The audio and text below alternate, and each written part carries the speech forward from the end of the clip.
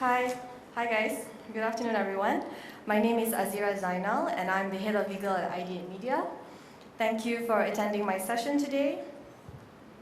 What we do at Ideate is we develop content for production and exploitation in local and global markets. I will go through some of our projects later in the slides. So my session will be done from the point of view of producers. But for IP content creators who are present today, if you are trying to find buyers or financiers for your IP, hopefully this session will be beneficial for you to see what is the perspective of producers and what they are thinking about when we look at your properties and when we're structuring our deals. So the first part of my session, I will review the key issues for producers to consider when formulating your business plan when you have identified an idea or IP that you want to exploit. And in the second part, I will review 4 types of entertainment contracts which hope to address these issues, namely the shopping agreement, option agreement, co-development, and co-production agreements.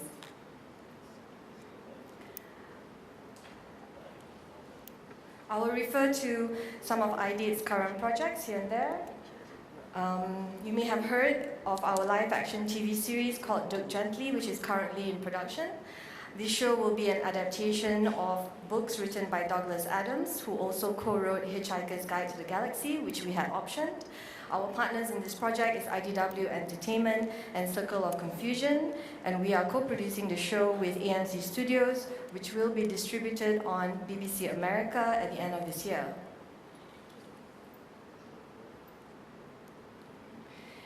You may have also heard of our feature film, Tumbiro, which is currently in production. In this project, we optioned the film rights to the book of the same name by author Ramli Awang Murshid, and our co-producing and co-financing partners are Laya Sunan, Karan Craft, and Astro Shaw, with support from Finance.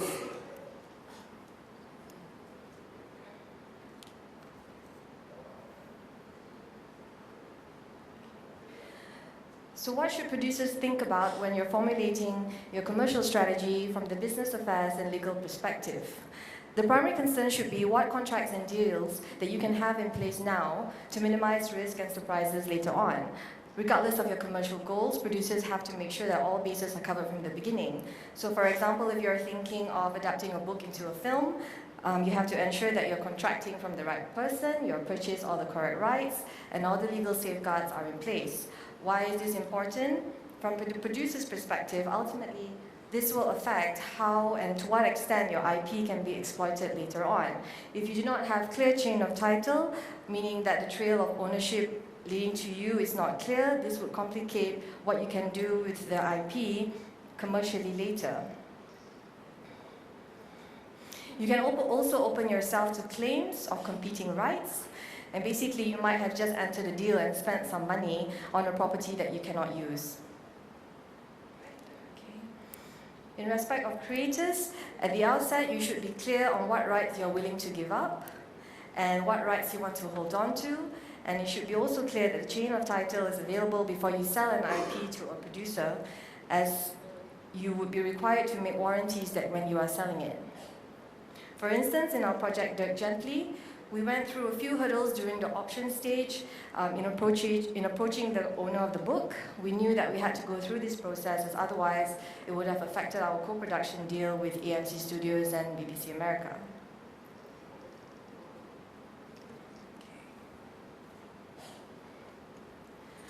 Producers should also look at local practices and compare them to regional and international deals. This is important because for producers, knowing how people are doing it in other markets will let you know of best practices and standards to implement locally, such as how to incentivize writers and marketing strategies for local productions. A good example of an international practice more and more producers are incorporating here is having a 2-step development and production process. The US are big on the development process, spending a lot of time and money commissioning scripts before greenlighting for production. We are trying to do the same at Ideate. For instance, with Tumbiro, it took us 2 writers, several drafts, and nearly a year to complete development, but this is a long process but necessary to our goals. Learning from international deals also will let us know of better contracting models. I will later review shopping and option agreements taken from international structures and what we're using in Ideate.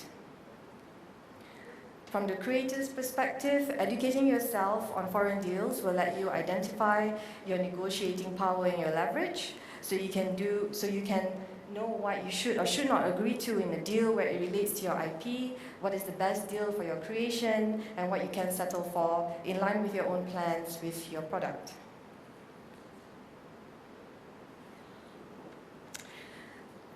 Producers should also consider how involvement of key industry players, for instance, author, writers, or directors, can benefit the production and exploitation of an IP. I appreciate the obvious downside to this approach, too many personalities involved, maybe a lot of competing opinions, but ultimately, if others play a part in the process, they can become stakeholders and have skin in the game and motivate them to ensure its commercial success.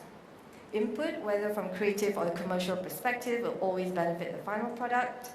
And specifically, getting creators involved will also have their buy-in from the outset, and this could prevent potential claims later on, which may complicate exploitation. For instance, in Tombiro, we made sure that the author was very much involved in the development of the screenplay with our writers. This process was important, especially when adapting a book into a film, and the author, Ramli, will continue to provide consultation and EP services during the production of the film. With his concurrence on where the film will go, assures us that huge fan base will also follow and support the film.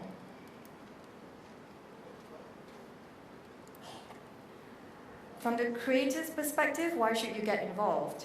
This means that your connection to your creation will not end when you sell it. You can ensure that the producer's creative vision is aligned with yours. You can follow the path your IP is taking and have a say in how it is produced and ultimately contribute to its success.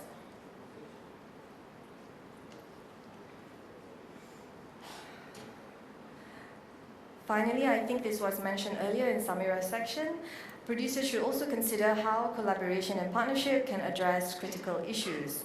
For instance, the merit of collaborations can be you have a bigger pool of financial resources, you will then have the ability to deliver large-scale productions and use better technologies, there will be a sharing of associated financial risk in proceeding with the project, and you will have access to talent, network, expertise, knowledge, or a market. Who can be these potential partners? They can be other producers, they can be talents, they can be publishers, studios, or broadcasters.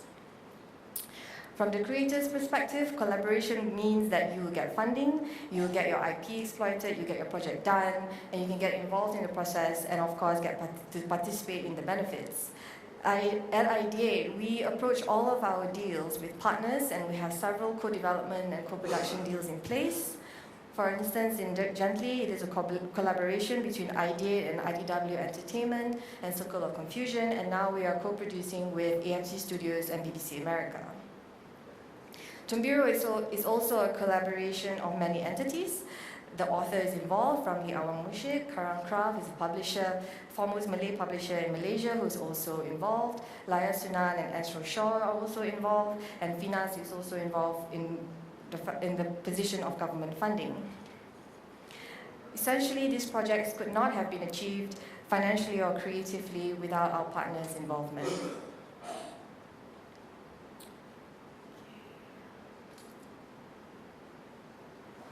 So, with these issues in mind, I'm going to review some entertainment contracts, which I think will be useful to everybody here today, that we get into in Ideate a lot with our talents as well as our partners. And I'll go through some of the key terms which would be interesting for you to note. So first of all is a shopping agreement. Who is this for? It can be between a producer or a creative. The creative can be a writer of a full-length screenplay. It can be a director who has an available concept that's interesting, or it can be an author with a book. Shopping agreement can also be between two producers. What is in the contract? Usually the producer would have the exclusive right to review the concept or property and would have to see its commercial viability and to shop it around to producers, studios, or broadcasters to see if they would like to develop or produce it. If at the end of the term period there is no interest from the market, nothing is lost, and parties can go on their way. Why would producers enter into this contract? Essentially, it gives you an opportunity to test the market and find out whether there's any interest in or appetite of buyers or licensees in the project before you actually spend a lot of money in purchasing an option or optioning a screenplay or start in-house development. The purpose of why it says attachment agreement is because the contract also confirms that if the project is eventually taken up by a buyer, it means that the producer will be attached to the project as a producer, so you get first right of entering into that deal because it was based on your leverage of shopping it around. On the other side, for creators, this would be a good opportunity for you to get a foot in the door with a producer. It will ensure that the producer is pushing your projects forward, and creator can pitch concepts and ideas to a producer before actually, writing a full screenplay and then realizing that nobody actually wants to commercialize it. So this is a good way for you to gauge and get feedback on the properties that you actually have, and then see how far you can go with it and working together with the producer to do that. Ultimately, it allows both sides to assess the creative and commercial partnership before you make a firmer commitment. Usually will be in the form of an option agreement, which is something that I will talk about later. What usually you would find in a shopping agreement and what you should actually have to make sure that everybody's rights and liabilities are fully thought out. The shopping agreement should be for a fixed term so that parties can walk away with no further obligations. In respect of rights, there is usually no purchase of rights at this point, just a contractual right for the producer to shop the property around and set it up with either a studio or a broadcaster or a financier.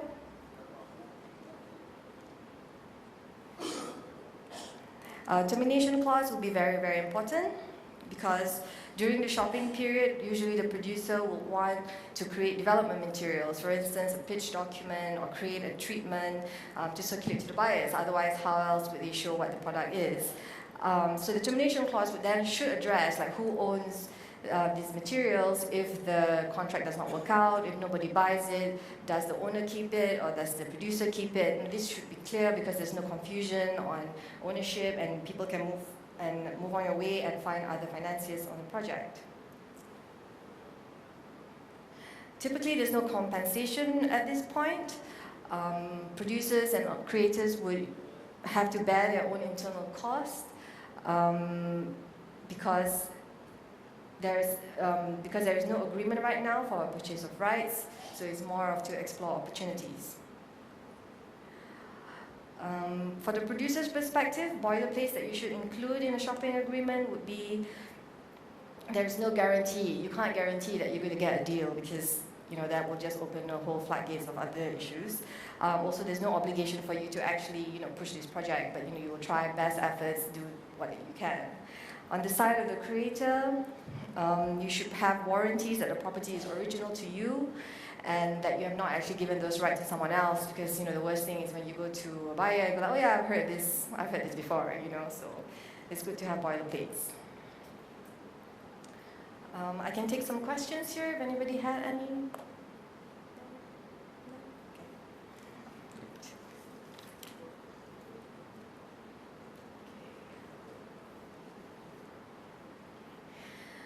So what is an option agreement? Who is this for? This agreement is usually for producers or buyers who has identified a property that they would like to exploit, and the purchase can be for any available rights. So it could be the right to adapt a comics into a film, or stage rights to a book, or reversioning rights for an existing TV series, for instance.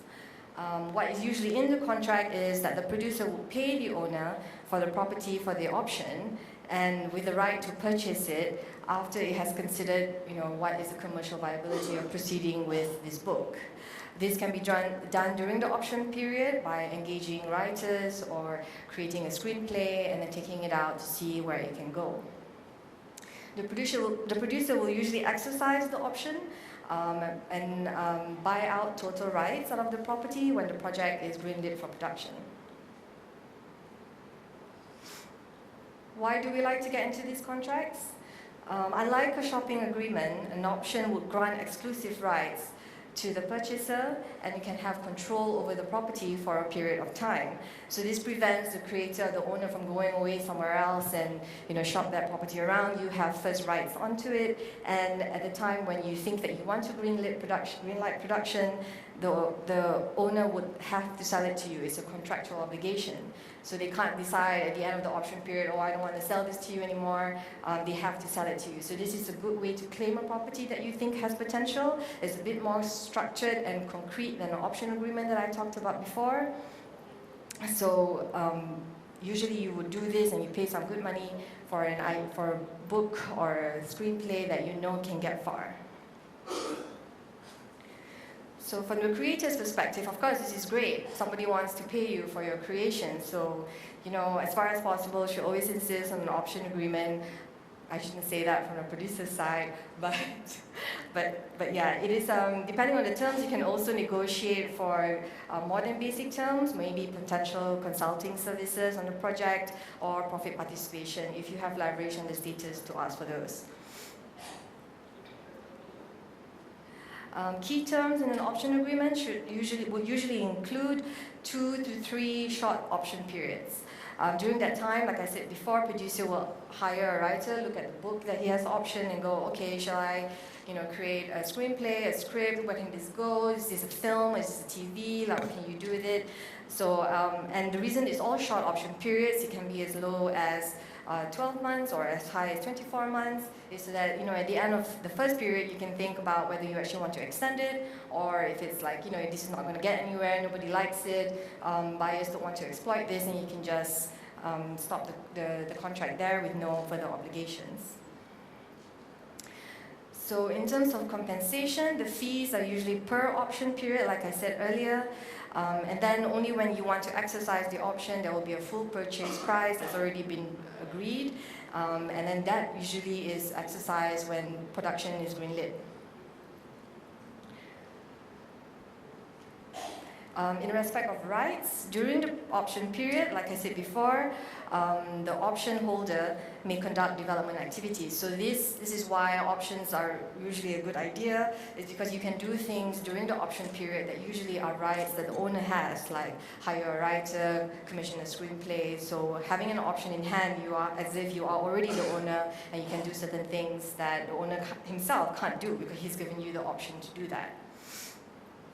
So when the option is exercised, producer usually should negotiate for a total buyout of rights, TV, film, derivative, ancillary merchandising, so then you can exploit it as much as you want.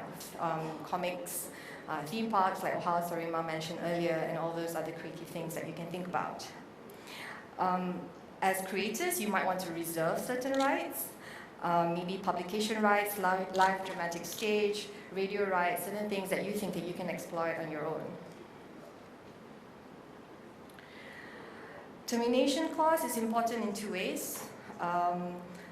It should address, first of all, what happens if at the end of the option period there is no purchase, there's no exercise of the option. Because obviously, like I said earlier, there would have been, treatment created, there will be a screenplay created during the option period. Who would own that? Who would take that away? Who can use it? So that has to be clear. Because if you want to end this contract, but there are things which have been created, who is going to own that? You need to put that in the contract. And you also need to put in the contract what happens if they've purchased the property, but they don't produce anything out of it. Because producers can just do that and then sit on the property forever and don't do anything about it. So you should, as an owner, you might find another person who wants to buy it or something. And so the contract should say either automatically reverse back to the owner after a certain time period, or the owner can repurchase the property again. If you are an author with leverage, you could possibly negotiate for consulting services to be involved in the production. And where appropriate, you can also negotiate for profit participation. For instance, if your book, if you think it's going to be a bestseller, you ask for a bestseller bonus, then you can get some more money for your product when certain things happen. So it can also be a production bonus. So it means when the studio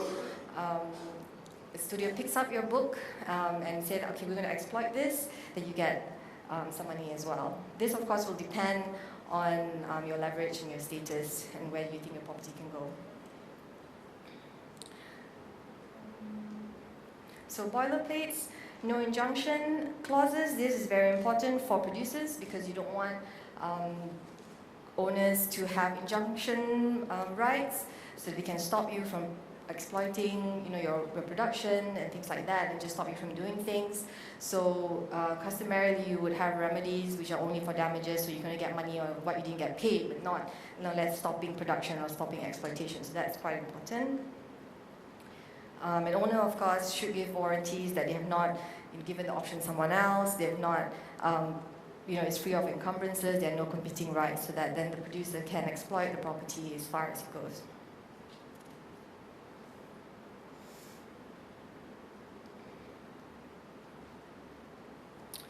So we were talking about the merits of collaborations earlier. So co-development deals are also what we get into a lot in Ideate. Who is this for? It can be between co-producers, or it can be between a producer, studio, and broadcaster. It can be cross-border, or it can also be producer and talent. It can happen several ways. You can have a general co-development deal, where you get into the deal and think about all the different things that you can explore.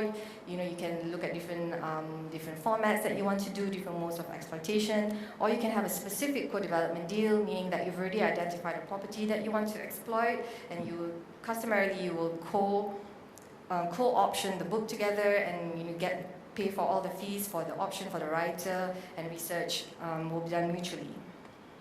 The deal structure, of course, can vary depending on what the parties want to do. Do you want to do a film? Do you want to do TV? How much you're willing to spend? Who your partners are involved, and what they bring to the deal. All of that will make the deals different and special.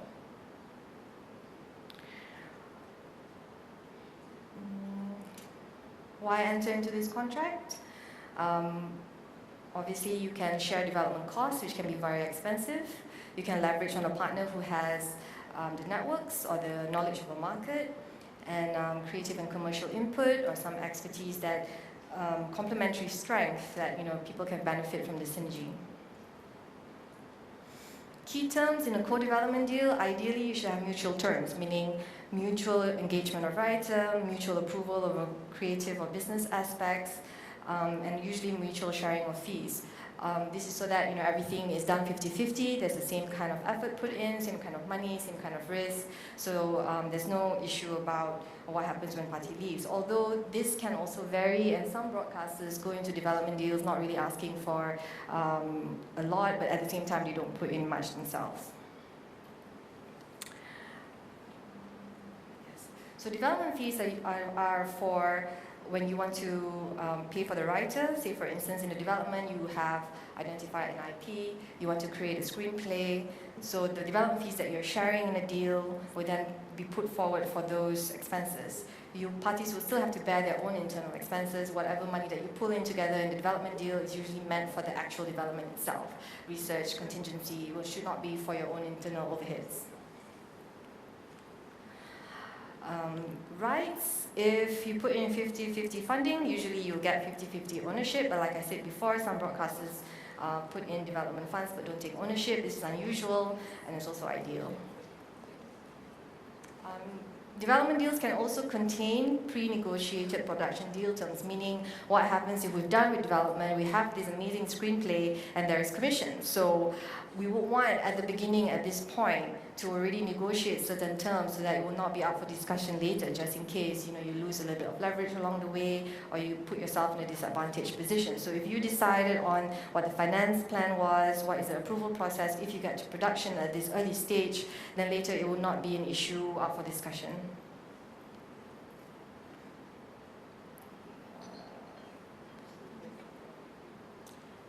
Termination clauses, again, very important, because this is to address situations where you have fully developed a screenplay, or you've used up all the funds, but there's no commission, nobody wants it. So there will be several options available, or you should have several options available in a development deal, depending on what the parties want to do from the beginning. So you can have a provision on parties must put in more development funds, or There is a provision for more rewrites or a polish, or if a party does not want to continue, whether they can leave the arrangement with return of capital, or they can still remain as creative producers, or the remaining party can seek other financiers.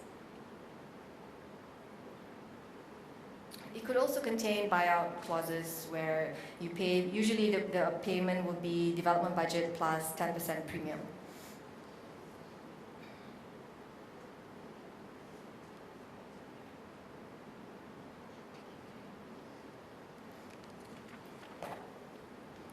So finally, I get to the co-production, co-financing deal.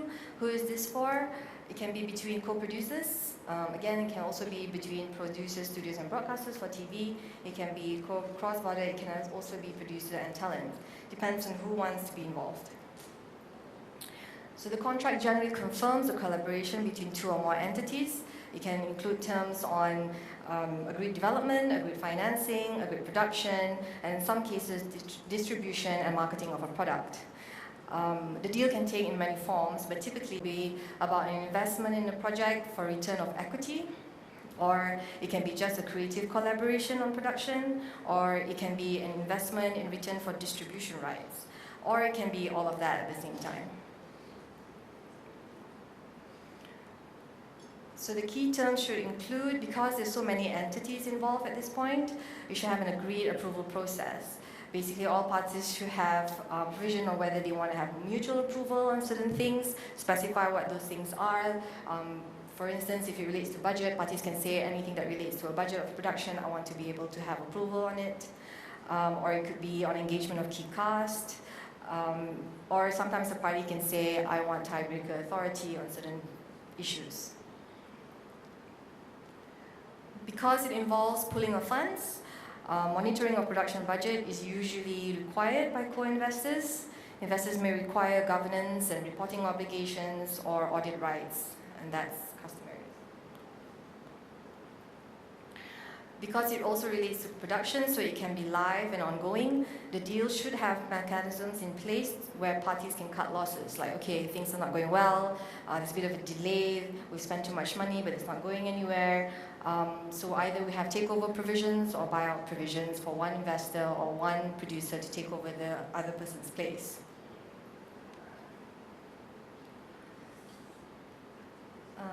The deal should also be clear on division of rights, because there's so many rights to a product. Who will have the reproduction rights? Who will have the broadcasting rights? Who is doing the marketing? Who is distributing? Who can merchandise the property? That will all have to be very clear in the contract.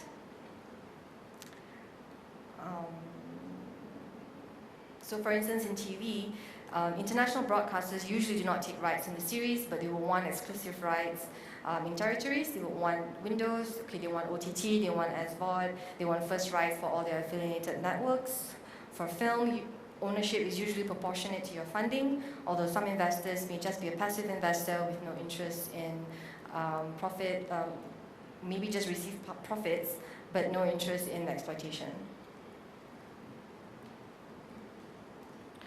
Co-production deals also sometimes, or should, have recoupment schedule. This is so that parties can pre-negotiate certain things, basically who gets all the money and who gets all the profits when things go well. So you can agree on what does gross receipts mean, what does net proceeds mean. These are all very technical accounting definitions. A lot of people can have different ideas of what it means. So to have that in a co-production deal, specify what this means, what is the priority of recoupment, do distributors get first, where does the marketing fees come in, where do the talents come in, if they have any profit participation. That should all be spelled out so that there's no issues later on or any claims of this is not what I'm supposed to get.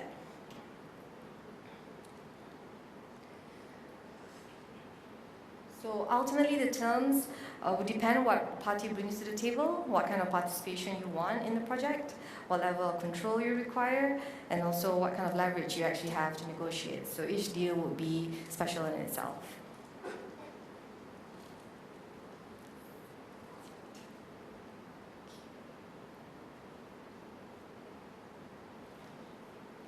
So that's it. That's all I have today. I think I went really fast. So if you had any questions or you wanted some clarity on some of the things that I went over earlier, I'll be happy to take any questions. Any questions from the floor? This is an opportunity for free legal advice. Anybody want to take that? No? A lawyer is giving free advice and you're saying no. You're not real Malaysians. Okay, I'm just joking. I think that probably wraps up your session for today. So a big thank you. And of course...